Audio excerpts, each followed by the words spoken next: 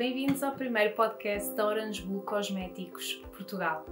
Para quem não nos conhece, o meu nome é Andreia Marques, sou enfermeira e também a mais recente representante da Orange Blue Cosméticos em Portugal. Esta maravilhosa marca de cosméticos que tem produtos de cuidados de corpo, mãos, rosto, de higiene íntima e corporal, dá os seus primeiros passos no ano de 1929, produzindo e desenvolvendo os seus diversos produtos em vários países da União Europeia, nomeadamente Alemanha, Luxemburgo e também em França, marcando cada vez mais e edificando esta marca nesta indústria. A Orange Blue Cosméticos é conhecida por ter produtos 100% vegan, não testados em animais. É também um dos mais importantes fornecedores de produtos de cosmética a várias empresas multinacionais da União Europeia. Produzimos produtos de elevada qualidade por preços razoavelmente baixos e desenvolvemos constantemente produtos contemporâneos. Terminadas então as apresentações, passo à introdução daquele que será o tema deste nosso primeiro podcast. O mês de novembro foi dedicado precisamente a uma das nossas gamas, a gama Intimissimo da Orange Blue Intimissimo, que tem vários produtos de higiene íntima. Assim sendo, fez todo o sentido que neste primeiro podcast falássemos precisamente de forma aberta e sem tabus sobre a higiene íntima feminina.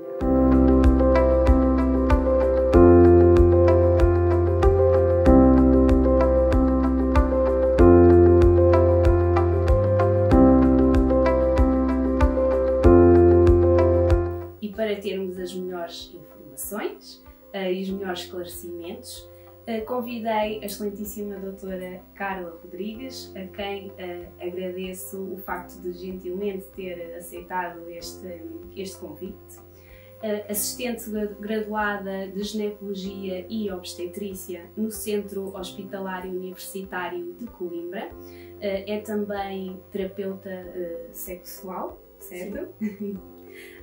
E dedica-se, entre outras áreas, também à área da contracepção e da sexualidade feminina.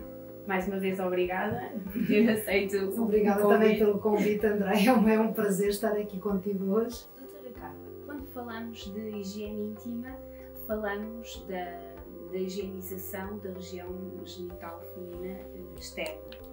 Eu penso que é muito importante nós, enquanto mulheres, conhecermos bem o nosso corpo. Portanto, me fazia sentido aqui falarmos primeiramente sobre a anatomia do aparelho genital feminino externo. Podia, de forma sucinta, descrever a anatomia? Então, os genitais externos femininos são constituídos pela vulva e períneo. A vulva, que é que nós queremos falar mais, portanto, é constituída pelos grandes lábios. Mais interiormente temos os pequenos lábios, que são separados dos grandes por uns sulcos e que a sua extremidade superior entra em contacto com o clitóris. Depois temos umas glândulas, que são as glândulas de Skinner e glândulas de Bartholin, que têm alguma secreção, produzem alguma secreção vulvar, a uretra, e mais interiormente temos o ímã, que vai separar a vulva da vagina. O trato genital feminino possui vários mecanismos de defesa contra agentes infecciosos que atuam de uma forma sinérgica e que se complementam. Consegue descrever quais é que são esses principais fenómenos que atuam nesta região na defesa contra agentes infecciosos? É assim, a própria pele, portanto, da vulva, a pele ou seja, a barreira epitelial, que é constituída pela pele e pela mucosa. Portanto, a sua integridade vai ser responsável, vai fazer um género de uma barreira. E ao mesmo tempo, ela, além de ser íntegra, tem que ter uma capacidade elástica para a distensão, para a reorganização pelos fenómenos que aí ocorrem. Qualquer agente que altere, portanto, a própria pele, às vezes até o uso de pensos diários, determinado tipo de roupa, até o próprio ciclo hormonal pode alterar a pele, pode levar ali a lesões.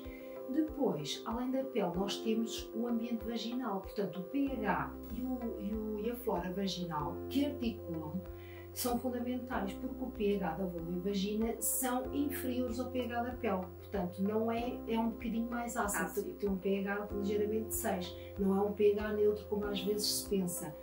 E isto vai estar em consonância com toda a flora vaginal, que é constituída essencialmente por algumas bactérias que nos são benéficas e também por lactobacilos, cujo pH ácido é fundamental para que eles formem esta barreira química. Portanto, além da barreira mecânica da pele, temos uma barreira química que nos protege das bactérias, sobretudo bactérias anaeróbias, que são responsáveis pelo mau cheiro e pelos escorrimentos vaginais.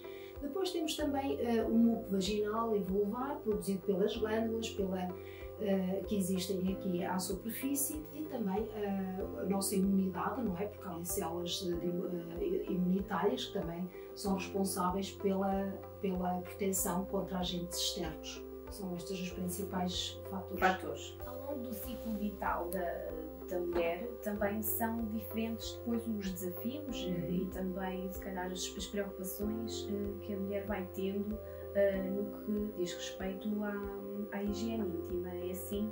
Sim, é verdade, porque é assim, a nossa vulva não é igual a vida toda. Exatamente. Na infância, a própria pele, as próprias mucosas são mais hipotróficas, ou seja, não têm esta capacidade elástica, o pH da vagina e da vulva é mais alcalino e muitas vezes as vaginites e vulvovaginites que aparecem na infância são mais por irritação e não propriamente por outros fatores. A partir da puberdade, com a produção dos estrogénios, a vulva vai tornar-se diferente, portanto, vai haver um amadurecimento. Anatomicamente, os pequenos lábios e o clitóris cresce, começa a haver aquele muco vaginal, que é sinal que já há uma estrogenização e uma produção daquele ácido láctico. Já os primeiros escorrimentos, não é? Exatamente, os primeiros escorrimentos, e então o pH torna-se ácido e aparece a flora vaginal que se mantém ao longo da vida reprodutora da mulher. Depois, no climatério e menopausa, acontece o fenómeno inverso, ou seja, a própria pele mucosa, com a diminuição dos estrogénios, vai se tornar menos elástica, surge aquela chamada atrofia e síndrome genitourinária da menopausa, e então, ou seja, aquela pele não tem a mesma capacidade de estender, torna-se mais fininha e o pH torna-se alcalino, portanto, e aí surgem outros problemas pela falta de estrogênio, sim. Lá está, vão sendo diferentes os desafios diferentes, e também as preocupações. Preocupações, sim. Portanto, a chave para uma higiene íntima eficaz será, no fundo, a mulher procurar manter uma flora vaginal saudável. Exato. Um pH adequado. Ao longo destes vários anos em que trabalhei na área da ginecologia, deparei-me ainda com muitas mulheres com alguma dificuldade em manterem a sua flora vaginal saudável, não porque não tivessem os devidos cuidados ou não fosse para elas uma preocupação, mas sim porque realizavam esses cuidados muito baseados em alguns mitos, alguns ensinamentos que as suas mães, avós lhe transmitiram e que depois na verdade não são de facto os mais corretos. Também encontra isso na sua atividade corrente. Talvez fosse importante desconstruirmos aqui alguns mitos. Exato. Para já temos se calhar aqui dois opostos. Por um lado temos aquelas que têm medo de se tocar, porque foi-lhes ensinado que a vulva não é para mexer, não é para tocar, e então desconhecem o corpo. E às vezes verificamos até algumas meninas, sobretudo ou até mesmo mulheres, com secreções acumuladas ali nas preguinhas, e temos de ter o cuidado de ensinar como fazer uma correta higiene, e às vezes verificamos que elas têm medo, assim, doutora, não gosto de mexer. E assim, nós temos que desmistificar que a vulva é uma parte do corpo como outra qualquer e que precisa dos seus cuidados. E depois temos as que caem no exagero oposto, ou seja, lavam-se demais, muitas vezes com o tradicional sabão azul, que é demasiado alcalino para a higiene vulvar e que provoca descamação por isso e altera a barreira lipídica, e por outro lado é um produto sólido que não está recomendado, uma vez que o produto sólido às vezes é usado para vários elementos da mesma família, o que também leva a algumas contaminações. E depois temos também aquelas senhoras que gostam muito de se desinfetar com betadine, e o betadine é isso tudo, é um desinfetante que tem ação bactericida, fungicida, é muito bom para desinfetar, mas não para uma higiene íntima. Sim, vai alterar a flora? Sim, vai exatamente, vai danificar as bactérias que fazem parte daquela flora vaginal que nos confere uma atividade protetora. Que defende contra os agentes infecciosos. E os fungos, também temos alguns fungos que vivem cá e que nós não podemos desequilibrar. Exatamente, não os queremos estragar. Sim. E com que frequência é que, em média, as mulheres deverão realizar diariamente a sua higiene íntima vaginal? É assim, não há propriamente guidelines acerca do número de vezes para a higiene íntima. É óbvio que isso também vai depender um bocado de mulher para mulher, da sua atividade, se está na fase menstrual, dos odores.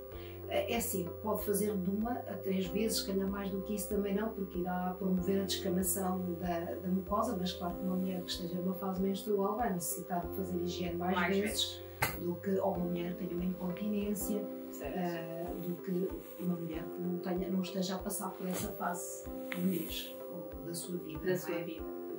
Portanto, 1 a 3 vezes no máximo por dia. É o que dizem alguns autores, mas não há propriamente. Sim, uma guideline sobre isso. A própria técnica da higienização íntima é algo a ter em consideração. Sim. Não é? Poderia deixar-nos aqui alguns tópicos a terem atenção quando realizamos. Sim. Deve ser, portanto, a higienização deve ser com água corrente. Devemos ter o cuidado de não ir, digamos que lavar no sentido do períneo para a vulva, mas o contrário, da vulva para trás. E ter o cuidado de lavar muito bem entre os sulcos, as preguinhas entre os lábios, ali também o propúcio do clitóris, porque são locais onde acumula células mortas e restos de secreções. Ok. Serão, lá está, não é algo assim tão complicado. Não, exatamente, não é assim tão claro, complicado. E relativamente à secagem da região genital, o que é que aconselha? Uma toalha, não fazer se calhar movimentos de fricção, tentar só, digamos que o toque, não é? Só para, limpar. E se calhar também no mesmo sentido que fazemos sim, claro, e não andar propriamente a fazer fricção com a toalha, a secar tudo para tirar, a remover as células. Claro. São então depois diversas as patologias que podem surgir associadas a uma higiene íntima ineficaz. Sim. Se usarmos produtos demasiado agressivos, por exemplo, podem causar, por exemplo, alterações na barreira cutânea ou mucosa. Isto às vezes com produtos, por exemplo, até com demasiado detergentes, por assim dizer, porque alteram aquela barreira lipídica e então a pele vai se tornar demasiado seca, mucosa, o que provoca irritações, prurido e então em casos até mais graves causa fissuras. Portanto, ou seja, pequenos cortes vão surgindo na pele, o que por sua vez também pode causar até perturbações da dor sexual, dor persistente e descamação da pele. Por outro lado, se usarmos até produtos demasiado alcalinos, podem alterar o pH e a alteração do pH, por sua vez, leva a um aumento, digamos, de bactérias patogénicas, portanto, torna-se um ambiente propício para elas proliferarem e vai causar vaginites, até uma patologia muito frequente, que são as vaginoses bacterianas, com corrimento e com um cheiro mais intenso a peixe às vezes. Exato, pois, bastante desagradável. É bastante desagradável. Quando nós procuramos um bom produto para realizar a nossa higiene íntima, o que é que nós devemos ter em consideração? O que é que nós devemos procurar nesse produto? Ora bem, esse produto não deve ser, como já vimos, demasiado agressivo, nem demasiado bactericida. Portanto, ele deverá ter a capacidade de, juntamente com a água, de eliminar resíduos, restos de urina e de resíduos e de secreções secas que possam estar a nível da vulva. No entanto, deve apresentar então uma dermocompatibilidade para que mantenha a barreira cutânea, saudável e íntegra.